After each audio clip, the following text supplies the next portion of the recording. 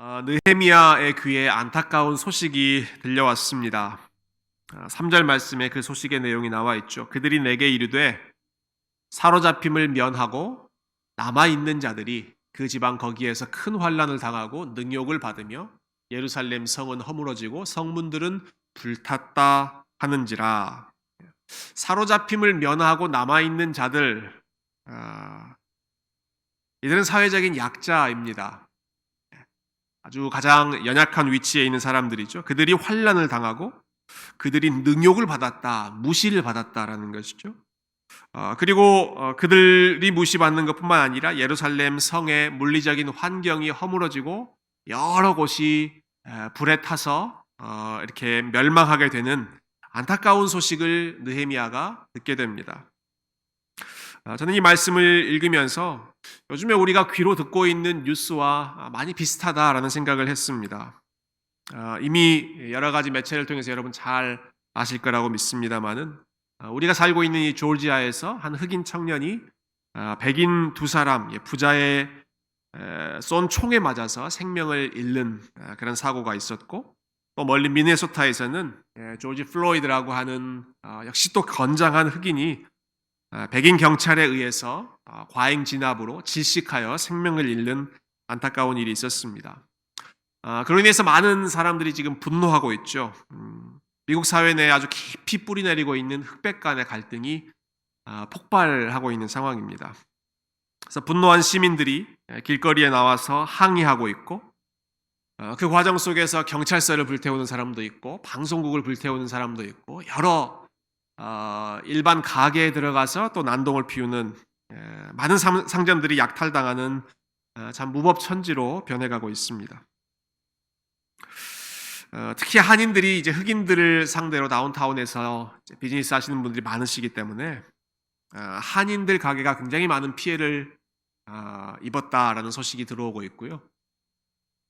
직접 피해를 당하지 않는다고 할지라도 우리 많은 분들이 참 두려운 마음으로 가게를 나가고 가게 문을 열고 문을 닫고 하는, 혹시 밤사이에 아무 일도 없기를 바라는 마음으로 가게 문을 나서는 그러한 불안한 날이 계속되고 있습니다. 사회적인 약자가 능욕을 받고 여러 곳곳이 불에 타고 무너지고 있는 이런 안타까운 상황이 느헤미야가 들었던 소식이고 요즘에 우리가 자주 듣고 있는 뉴스죠. 이런 상황에서 그리스도인들, 특별히 하나님을 믿는 백성들이 어떻게 반응하는 것이 올바른 반응인가? 오늘 우리가 느헤미야의 반응을 통해서 우리가 어떻게 반응하고 또 어떻게 기도해야 할 것인지를 함께 생각해 보면 좋겠습니다. 여러분, 이 모든 소식이 들렸을 때 느헤미야는 그냥 무시하고 지나갈 수 있었습니다. 지금 느헤미야가 이러한 모든 소식을 들었는데요. 이 일들은 다 예루살렘에서 일어난 일들입니다. 그런데 느헤미야는 지금 예루살렘에 살고 있는 사람이 아니라 예루살렘으로부터 750마일 정도 떨어져 있는 페르시아의 수도에서 살고 있습니다. 1절에 보면 내가 수산국에 있었다라고 말하죠. 수산국은 페르시아의 수도입니다. 페르시아의 궁궐에서 느헤미야가 살고 있었고요. 특히 11절 또 마지막 부분에 보면 본인의 직책을 이야기하는데 나는 왕의 술관원이었다라고 이야기합니다. 페르시아의 수도에서 왕의 술관원으로 살고 있었던 사람이 느헤미야입니다. 여러분, 왕의 술관원이라는 것은 말단 공무원, 술시중 두는 그런 공무원이 아닙니다. 이거는 왕의 가장 가까운 자리에 있으면서 왕이 마시는 술에 독이 들어있지는 않는가 그거 검사하는 사람이고요.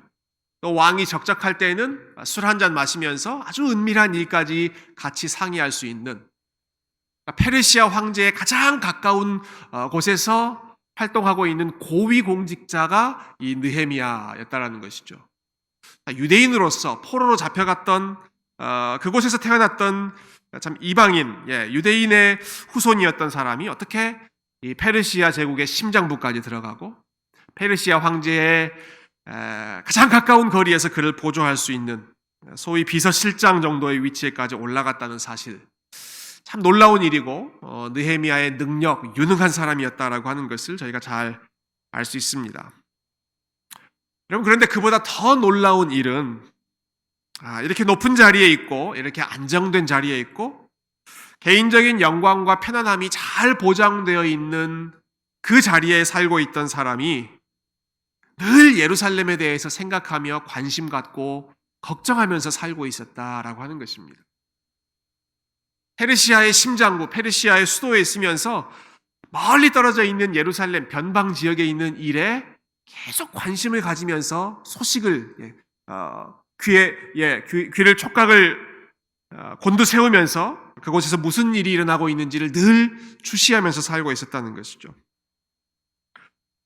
또 한 가지 좀 생각해 볼 것은 느헤미야가 살고 있던 시간적인 배경입니다. 느헤미야는 학자들에 따르면 BC 한 450년쯤에 살고 있었다라고 합니다. 이때는요, 예루살렘이 멸망한 지 150년이 지난 일입니다. 자, 예루살렘이 멸망하고 나서 150년이 지났습니다. 바벨론 포로로 잡혀갔던 사람들이 70년 만에 귀환했잖아요. 그러니까 바벨론으로 포로로 잡혀왔던 사람들도 그 중에서 원하는 사람들은 예루살렘으로 돌아갔던 일이 이미 70년 전에, 80년 전에 일어났습니다. 그러니까 느헤미야가 살고 있던 시기, 예루살렘이 멸망한 지 150년 뒤의 상황이고, 포로 귀환도 이미 오래전에 70년, 80년 전에 일어났던 그런 상황이죠. 여러분 150년 전에 무슨 일이 일어났는지 여러분 기억하십니까? 누가 기억할 수 있겠습니까? 1870년에 도대체 무슨 일이 일어났는지, 혹은 적어도 70년, 80년 전이라고 해도 1950년, 1940년에 무슨 일이 일어났는지 우리 별로 관심 갖고 살지 않죠. 그것이 나한테 도대체 무슨 상관인가? 그것도 이렇게 멀리 다른 나라에 살고 있는 나에게 도대체 그게 무슨 상관이란 말인가? 그냥 지나가면서 별 관심 없이 살아가는 것이 우리의 모습입니다. 예루살렘에서 태어나지도 않았고 아마 그 부모님, 할아버지도 예루살렘에서 태어나지 않았을 가능성이 높은 이 느헤미야가 그런데도 불구하고 계속해서 예루살렘의 소식에 관심을 갖고 있는 것입니다. 그래서 예루살렘을 누군가 다녀왔다라고 하면 본인이 직접 가서 그 소식을 지금도 물어보고 있는 것이죠. 오늘 본문에도 자기의 가족 중에, 친척 중에 누군가가 예루살렘 다녀왔다라고 하니까 그곳의 상황이 어떻습니까? 물어보는 것입니다. 그 사람들이 와서 보고하는 게 아니라 본인이 직접 가서 그곳의 상황이 어떻습니까? 물어봤더니 이러이러한 일이 일어나고 있습니다. 많은 사람들이 능욕을 받고 있고 여러 곳곳이 불타서 무너지고 있습니다. 그 이야기를 듣고는 자기 일처럼 괴로워하고 있습니다. 느헤미야 개인의 상황은 무척 안정적인 상황이지만 거기에 만족하지 않고 느헤미야는 공동체에 관심을 갖고 있었고 하나님 나라의 일에 대해서 관심을 갖고 계속해서 주시하고 있었던 것이죠. 여러분, 예루살렘 성벽이 불탔다고 해서 느헤미야 개인의 삶에 어떠한 직접적인 영향을 미치는 것 없습니다. 예루살렘 성벽이 무너지고 있다고 해서 느헤미야 개인의 삶에 해가 되는 일, 이 당시에 있지 않았을 것입니다. 그냥 무시하고 지나가 버릴 수도 있는 상황임에도 불구하고 그렇게 하지 않고 괴로워하지 않고 마치 자기 일처럼 관심을 갖고 계속해서 지켜보고 있다는 사실. 왜냐하면 느헤미야가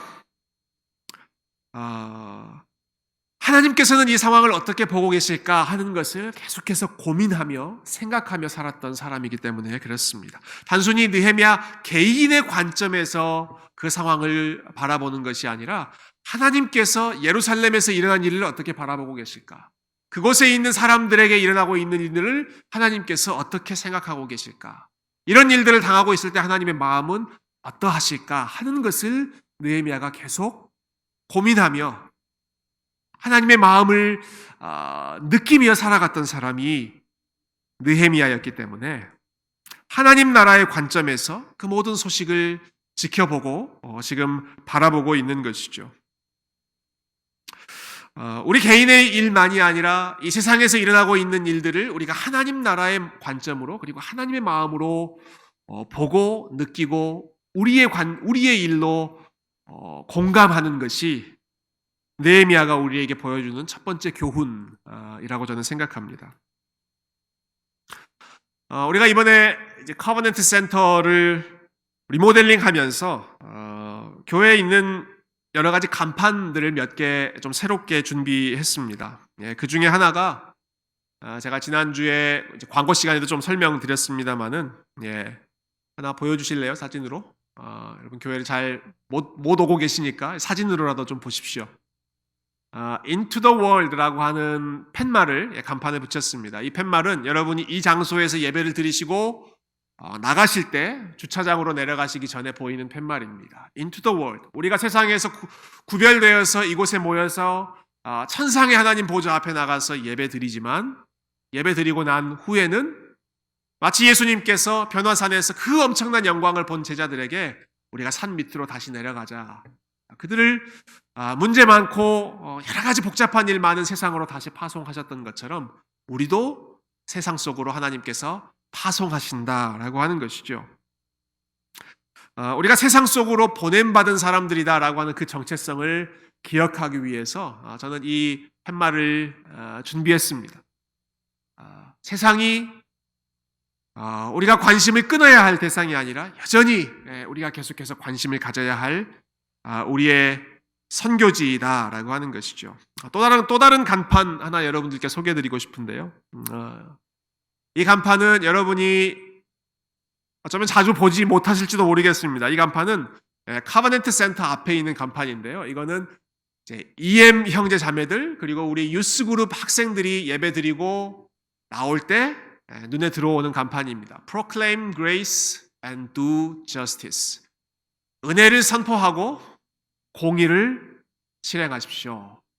은혜를 선포하고 공의를 실행하십시오. 이것은 우리가 세상 속으로 나가서 어떠한 마음으로 살아가야 할 것인지를 한 메시지로 담고 싶은 마음이 있었습니다.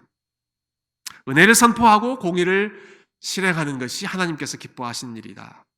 그러니까 저희 교회는 이제 주차장을 사이에 두고 한편에서는 into the world, 세상 속으로, 그리고 다른 한편에서는 proclaim grace and do justice, 은혜를 선포하고 공의를 실행하십시오. 이 두 메시지가 함께 마주보고 있는 것이 우리 교회의 상황입니다. 여러분, 이 두 가지는 서로 다른 메시지가 아닙니다. 한 메시지입니다. 세상 속으로 들어가서 은혜를 모르는 세상 가운데 하나님의 은혜를 선포하고 공의가 무너져 있는 세상 가운데 하나님의 공의를 세워나가고 그것을 위해서 우리가 함께 기도하며 무너져 있는 하나님의 나라를 함께 세워가는 것이 교회가 부름받은 목적이고 교회가 세상으로 보냄받은 목적이기에 끊임없이 이 마음을 품고 세상을 우리의 마음에 품고 세상에서 일어난 일에 관심을 가지며 함께 기도하자라고 하는 것이죠. 여러분, 지금 미국 사회에서 일어나고 있는 여러 가지 일들, 우리와는 직접적인 관련성이 없는 것처럼 느껴질지도 모릅니다. 나와는 개인적인 상관이 없는 일처럼 그저 흑인들과 백인들 사이에 해묵은 갈등, 오랫동안 있었던 그런 갈등이 재발되는 것처럼 우리와는 상관없는 일처럼 거리를 둘 수 있습니다. 마치 우리가 바램이 있다면 그저 고래 싸움에 새우등 터지지 않는 것, 흑인과 백인 큰 두 고래의 싸움 가운데 끼어있는 우리가 우리 비즈니스가 손해를 입지 않거나 우리의 사람들이 손해를 입지 않는 그 정도 상황을 바랄지언정 마치 이 일이 우리와 직접적인 연관성을 가지고 있는 것처럼은 느껴지지 않을 가능성이 높습니다. 물론 우리의 가정과 우리의 사업이 이 혼란스러운 상황에서 하나님의 보호를 받는 것이 중요하고 그렇기 때문에 우리가 매일같이 저희 교육자들이 여러분들의 가정을 위해서 사업을 위해서 매일같이 한 마음으로 기도하고 있습니다. 하나님께서 지켜주시기를 위해서 계속해서 기도하고 있습니다. 그러나 거기서 우리가 한 발짝 더 나아가서 느헤미야의 마음을 갖는다라고 한다면 흑인들의 커뮤니티 가운데 일어나는 일이 우리와 상관없는 남의 일이 될 수가 없고 백인들이 벌이고 있는 물론 모든 백인들이 아니라 소수의 아주 악한 마음을 가진 백인들, 교만한 마음들을 가지고 있는 사람들이 한 일이겠지만 그들이 범하고 있는 그러한 죄악들이 우리와 상관없는 그런 죄악이 될 수 없겠죠. 세상의 아픔이 우리의 아픔이 되어야 한다. 느헤미야가 지금 첫 번째로 보여주고 있는 모습이 바로 그 모습이죠. 이렇게 어두운 소식이 들렸을 때 여러분 느헤미야가 어떻게 반응했는지를 한번 생각해 보면 좋겠습니다. 어떻게 반응했는지와 관련해서 저는 그가 하지 않았던 일이 굉장히 중요하다고 생각합니다. 암울한 소식이 들렸을 때 느헤미야가 가장 먼저 하지 않았던 일, 그것은 페르시아 왕에게 달려가는 것이었습니다. 페르시아 왕에게 달려가지 않았습니다. 여러분, 느헤미야는 페르시아 왕과 당시에 그와의 관계를 생각해 보면 충분히 그 사람에게 달려가서 이러이런 문제가 있는데 좀 도와주십시오. 말 한마디면 쉽게 해결할 수 있는 그렇게 가까운 관계에 있는 사람이었습니다. 당대 최고의 권력자라고 할 수 있는 페르시아 황제와 친분이 가까운 사람이었고, 굳이 페르시아 황제까지 가지 않는다고 할지라도 느헤미야 정도의 위치만 해도, 그 정도의 위치만 해도 이러한 상황 속에서 본인의 영향력으로 여러 가지 현실적인 도움을 지시하고 명령할 수 있는, 저는 그렇게 충분히 영향력 있는 위치에 느헤미야가 있었다고 생각합니다. 그러나 느헤미야가 페르시아 왕에게 도움을 구하러 가지도 않고, 그리고 자기가 가지고 있는 힘과 권력과 어떠한 능력을 사용하려고 하지도 않습니다. 대신에 느헤미야는 먼저 하나님 앞으로 달려갑니다. 그리고 하나님 앞에 엎드리고 하나님 앞에서 무릎 꿇고 기도하기 시작하죠. 4절 말씀, 느헤미야의 반응을 보여주죠. 내가 이 말을 듣고 앉아서 울고 수일 동안 슬퍼하며 하늘의 하나님 앞에 금식하며 기도했다. 그에게는 현실적으로 의지할 수 있는 수단과 자원이 가까이에 있었음에도 불구하고 페르시아 제국의 돈이나 군대나 어떠한 정치적인 영향력을 먼저 의지하지 않고 제일 먼저 그가 듣자마자 했던 일은 하나님 앞에 엎드리는 것이었습니다. 요즘처럼 여러 가지 상황이 복잡할 때, 사회 갈등이 폭발할 때 사람마다 그 상황에 대처하는 방식들이 있습니다. 대부분의 흑인들은 거리로 나가서 행진을 하면서 자신들의 억울한 마음, 분노한 마음을 표출하고 있습니다. 그러다가 이제 감정이 격해져서 폭동을 일으키는 사람도 있고 또 불미스러운 그런 사고를 내는 사람들도 있죠. 반면에 어떤 사람들은 조금 더 순화시켜서 이 일들을 정치적으로 혹은 민주적으로 해결하자고 또 방법을 제시하는 사람들도 있습니다. 지난주에 보니까 이 아틀란타 시장이죠. 우리 여자 시장인 키샤라고 하는 시장이 굉장히 전국적으로 주목을 받았습니다. 아틀란타에서 이 시위가 굉장히 폭력적으로 발전하고 CNN이 막 불타오르는, CNN을 깨부수는 그러한 일들이 일어났을 때 이 시장이 그 사람들을 막 말렸죠. 그리고 인터뷰를 통해서 사람들에게 호소했습니다. 이렇게 호소했습니다. 여러분, 이것은 아틀란타의 정신이 아닙니다. 마틴 루터 킹의 정신이 아닙니다. 여러분들이 정말로 변화를 원한다면 가게를 깨부수지 말고 집으로 가십시오. 여러분이 정말로 변화를 원한다면 길거리에서 소리치는 것으로 일을 해결하려고 하지 말고 집에 가서 투표할 수 있는 투표인단으로 등록하시고, 그리고 변화를 정말 원한다면 투표하십시오. 그래서 많은 사람들을 집으로 돌려보내는 그러한 연설을 아틀란타 시장이 했습니다. 단순히 울분을 표하는 것만이 아니라 현실적인 문제를 해결하기 위해서 정치적인 수단을 사용하라라고 하는 것도 이러한 상황에서 선택할 수 있는 한 가지 방법이 될 수 있을 것입니다.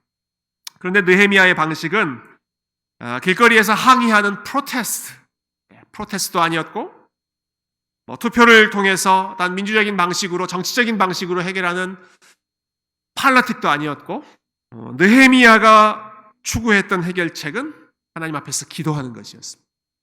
prayer. 하나님 앞에 기도하는 것이 느헤미야가 제일 먼저 선택했던, 그가 달려갔던 곳은 하나님 앞이었죠. 왜냐하면 모든 상황을 다스리는 분이 하나님이시기 때문에. 그는 이 모든 문제를 해결하실 분이 페르시아 왕도 아니고 자기의 정치적인 영향력도 아니고, 이 문제는 하나님께서 해결해 주셔야 한다는 것을 믿고 있었던 사람이기 때문에 다른 곳으로 달려가기 전에 먼저 하나님 앞으로 달려가고, 자신의 구체적인 액션 플랜을 세우기 전에 먼저 하늘의 하나님 앞에서 금식하고 엎드리고 그리고 기도하면서 하나님 앞에 간구했습니다. 저는 이것이 특별히 하나님을 경외하는 교회로서 또 성도들로서 우리가 이 상황에서 취할 수 있는 가장 우선적인 선택지이고 그리고 가장 실질적인 이 문제를 해결할 수 있는 가장 좋은 해결책이 바로 우리 하나님 앞에 엎드리고 하나님께 도움을 구하고 하나님께서 은혜 베풀어 주시기를 구하는 것. 이 모든 문제는 하나님께서 우리의 기도를 통해서 해결해 가시고 풀어가 주실 줄로 믿습니다. 교회가 기도하고 성도들이 기도하는 가운데 느헤미야처럼 큰 힘을 가지고 있었던 사람 역시도 먼저 하나님 앞에 기도했다라고 하는 것을 굳이 이 시대의 어떤 정치적인 이슈만이 아니라 여러분이 가지고 있는 여러분의 개인적인 문제 앞에서도 느헤미야가 가지고 있었던 이 삶의 원칙을 여러분 적용하시고 먼저 하나님 앞에 함께 기도하며 나아가는 저와 여러분이 되기를 주님의 이름으로 축원드립니다. 마지막으로 느헤미야가 무엇을 놓고 기도했는지 우리가 함께 살펴보고 또 그 기도의 내용에 따라 함께 기도하는 시간을 가지면 좋겠습니다. 여러분 6절과 7절 말씀 제가 다시 읽어보겠습니다. 이제 종이 주의 종들인 이스라엘 자손을 위하여 주야로 기도하오며 우리 이스라엘 자손이 주께 범죄한 죄들을 자복하오니 주는 귀를 기울이시며 눈을 여시사 종의 기도를 들으시옵소서. 나와 내 아버지의 집이 범죄하여 주를 향하여 크게 악을 행하여 주께서 주의 종 모세에게 명령하신 계명과 율례와 규례를 지키지 아니하였나이다. 느헤미야가 이 상황에서 하나님 앞에 했던 기도는 회개하는 기도였습니다. 이스라엘 백성이 하나님 앞에 범죄했습니다. 하나님, 우리가 범죄했습니다. 하나님 앞에 회개하는 기도를 느헤미야는 제일 먼저 드렸고 느헤미야의 기도의 전체는 다 회개하는 그러한 내용이고 우리를 불쌍히 여겨달라는 죄의 고백이었습니다.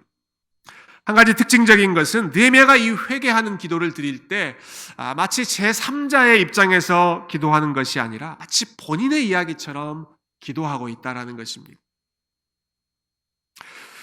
우리 이스라엘 자손이 범죄했습니다 라고 기도합니다.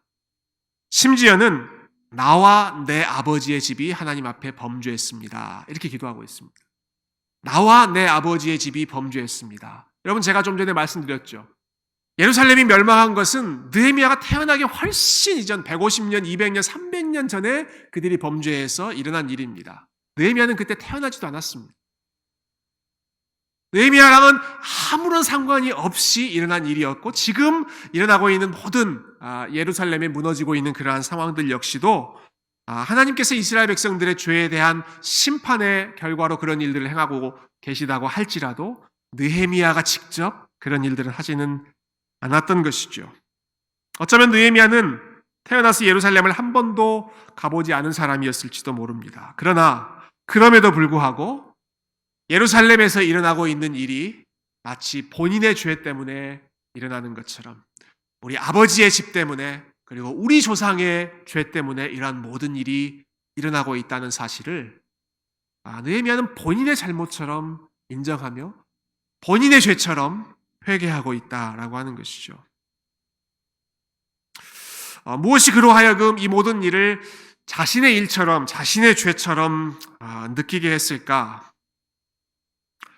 시간과 공간을 초월한 영적인 연대감을 그가 느끼고 있었기 때문이었고 그 자신도 유대인이었다라고 하는 사실을 그가 진지하게 생각하고 있었고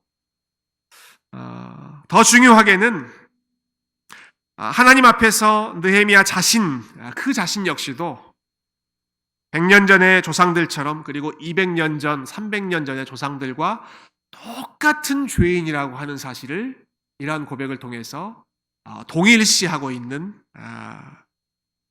그러한 공동체적인 회개를 느헤미야가 지금 하고 있습니다. 비록 같은 시대, 같은 장소에 있지는 않았지만 나 역시도 똑같은 죄인이고 내가 그 시대에 살았다면 그 장소에 그 환경 가운데 있었다면 나도 똑같이 그들과 같은 길을 걸었을 것이다 하는 겸손한 마음, 본인의 죄성을 겸손하게 인정하는 마음이 느헤미야의 마음 깊숙이 있었던 것입니다. 여러분, 우리가 어떤 큰 사건, 어떤 스캔들을 듣거나 어떤 큰 범죄의 사건을 뉴스를 들을 때 우리는 그 사건을 나와 상관없는 사건처럼 넘기기 쉽습니다. 세상에 그런 일을 인간의 탈을 쓰고 그런 일을 할 수가 있다니, 마치 나와는 전혀 상관없는 일처럼, 나는 전혀 그런 일을 하지 않을 것처럼 그렇게 장담하며 그런 나와 상관없는 사건처럼 그렇게 넘기죠. 그러나 여러분, 오늘 본문에서 느헤미야가 보여주고 있는 사실, 그리고 성경이 우리에게 지적하고 있는 사실은, 여러분, 우리 모두가 그런 상황, 그런 조건에 있었다면 우리 모두가 똑같이 스캔들의 주인공이 될 수 있고 범죄 사건의 주인공이 될 수가 있고, 우리도 똑같이 그러한 악한 길을 걸어갈 수 있다는 것입니다. 하나님께서 우리를 불쌍히 여기시고 은혜를 베풀어 주셔서 그러한 상황에 노출되지 않도록, 그러한 상황에 처하지 않도록, 거기까지 가지 않도록 막아주신 것이 감사할 뿐이지, 우리 중에 그 누구도 사회를 떠들썩하게 하는 여러 가지 범죄로부터 나는 완전히 자유롭다. 여러분, 누가 그렇게 자신할 수 있겠습니까? 죄의 유혹 앞에서 우리가 똑같은 문화, 똑같은 환경 속에서 살았던 사람이라고 한다면 이 시대를 아프게 하는 여러 가지 일들이, 그 일들로부터 우리가 면제되는 것이 아니라 우리도 똑같이 그러한 위험 가운데 노출될 수 있었다는 것이죠. 비슷한 문화에서 자라고 비슷한 권력이 주어졌다라고 한다면 우리도 똑같이 사람을 무시할 수 있고, 사람을 차별할 수 있고, 사람을 짓밟을 수 있는 것이 우리 안에 똑같이 자리 잡고 있는 죄의 DNA, 그 죄성이 우리 모두에게도 자리 잡고 있다는 사실을 느헤미야는 깊이 인정하고 있었고, 또 신약 시대에는 사도 바울이 이 사실을 깊이 꿰뚫어 보고 있었습니다. 요즘에 지금 시끄러운 사실은 이제 백인들의 인종차별 문제이지 않습니까?